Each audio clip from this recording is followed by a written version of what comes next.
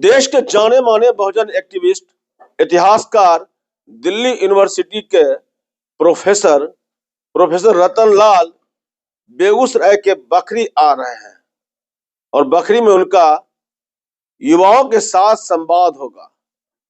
इसको लेकर जोर शोर से तैयारी चल रही है। बेगूसराय के तमाम बहुजन एक्टिविस्ट, सामाजिक न्याय के पक्षधर लोग इस कार्यक्रम को सफल बनाने में लगे हुए हैं। हमारे साथ हैं बहुजन एक्टिविस्ट विजय पासवान, इनसे बात करते हैं किस तरह का कार्यक्रम है। सर्वप्रथम आपको बहुत बहुत धन्यवाद और आपके चैनल के माध्यम से मैं बेगूसराय जिला वासियों, खगड़िया के, समस्तीपुर के, पड़ोस के जिला के भी बहुजन एक्टिविस्टों से अपील करता हूं कि जो कल का कार्यक्रम बखरी जैसे सुदूर अनुमंडल में जो ऐसे किया जा रहा है, पहली बार बखरी में बहुत सारे सांस्कृतिक राजनीतिक कार्यक्रम हुआ है, हो भी रहा है, लेकिन एक पहली बार बौद्धिक कार्यक्रम जो दिल्ली यूनिवर्सिटी के प्रोफेसर का वहाँ छात्रों के साथ संवाद कार्यक्रम किया जा रहा है। छात्र युवा दोनों के साथ संवाद किया जाएगा। इस देश में जो पहले के जमाने में हमारे पिताजी दादाजी जो है सरकारी स्कूल में पढ़कर जो है से अपने बच्चे को आज एक अच्छे मुकाम हासिल करवाए थे। हल जोतकर, खुरपी पारकर भी सरकारी विद्यालय से पढ़ाकर अपने बच्चे को डॉक्टर, इंजीनियर, वकील बनाने का काम किया गया था। लेकिन आज वर्तमान सरकार जो है शिक्षा के क्षेत्र को पूरी तरह से चौपट करने का एक योजना बना है, जिसको निजीकरण के माध्यम से आप सोच सकते हैं। जो प्राथमिक विद्यालय, प्राइमरी एजुकेशन को भी जो है सरकार का योजना है कि जो इसको प्राइवेटाइजेशन किया जाए। इस कार्यक्रम के मुख्य वक्ता देश के जाने माने दलित दबंग प्रोफेसर रतन लाल हैं, दिल्ली यूनिवर्सिटी के प्रोफेसर है, और मुख्य अतिथि के तौर पर जो है बीके रवि है। बीके रवि जो पूर्व डीजीपी तमिलनाडु के हैं, वो हमारे मुख्य अतिथि के तौर पर इस कार्यक्रम के जो है गर्मामयी उपस्थिति उन लोगों की रहेगी।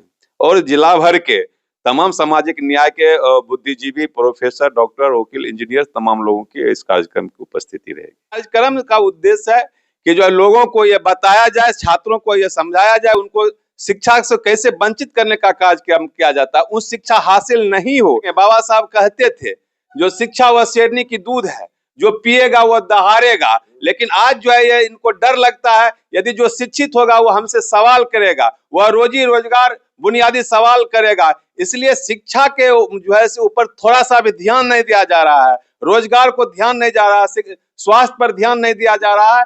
दूसरी तरफ सरकार जो है बुनियादी सवाल को जो है बैक करके अंधविश्वास और पाखंड को बढ़ावा देने का जो है एक सरकारी मुहिम चलाए हुए हैं। संविधान पे जो खतरे मंडरा रहे हैं, तो उस तमाम क्षेत्रों में युवाओं की भागीदारी कैसे सुनिश्चित हो, लोकतंत्र की हिफाजत के लिए छात्रों को क्या कर्तव्य होना चाहिए, उनको कर्तव्य निर्वहन के लिए बोध भी कराने का इस कार्यक्रम का मकसद है। कब होगा ये कार्यक्रम? कल दिनांक 8 मार्च 2025 दिन शनिवार को 11 बजे से बखरी, बोहरा मामा की जो है बहुजन नायिका थी, बोहरा मामा की क्रांतिकारी धरती बखरी पर मक्खाचक गांव में जो है सम्राट अशोक भवन मक्खाचक में कार्यक्रम 11 बजे से होने जा रहा है। इस कार्यक्रम का जो आप लोगों ने कार्ड छपवाया है, ये बहुत दिनों के बाद ऐसा देखा जा रहा है कि बापू और अंबेडकर एक साथ दिख रहे हैं।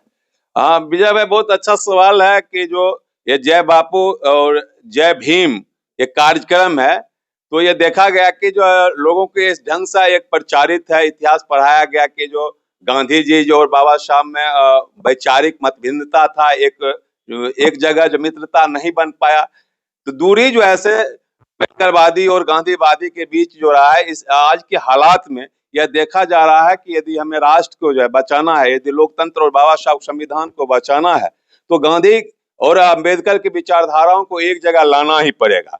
क्योंकि देखा गया इतिहास के पन्ने में भी गांधी जी की बहुत सारी बातों से असहमति होते हुए भी टेबल टॉक होते थे, तीखी आलोचना भी बाबा साहब करते थे, लेकिन फिर भी सहमति बनती थी। सहमति की गुंजाइश है। आज भी आज लोकतंत्र को बचाने के लिए तमाम विचारधाराओं को एक साथ आना होगा। जो चाहते हैं कि तानाशाही व्यवस्था, फांसीवादी व्यवस्था जो है, धार्मिक उन्मादी व्यवस्था के खिलाफ जो है गांधी, अंबेडकर, लोहिया, भगत सिंह के मानने वाले तमाम विचारधाराओं के लोगों को एक प्लेटफार्म पर आना चाहे, तभी जो है हम अपने ये देश को बचा सकते हैं, संविधान को बचा सकते हैं और सामाजिक न्याय की जो है से मांग जो है लड़ाई हम मजबूती से लड़ सकते हैं।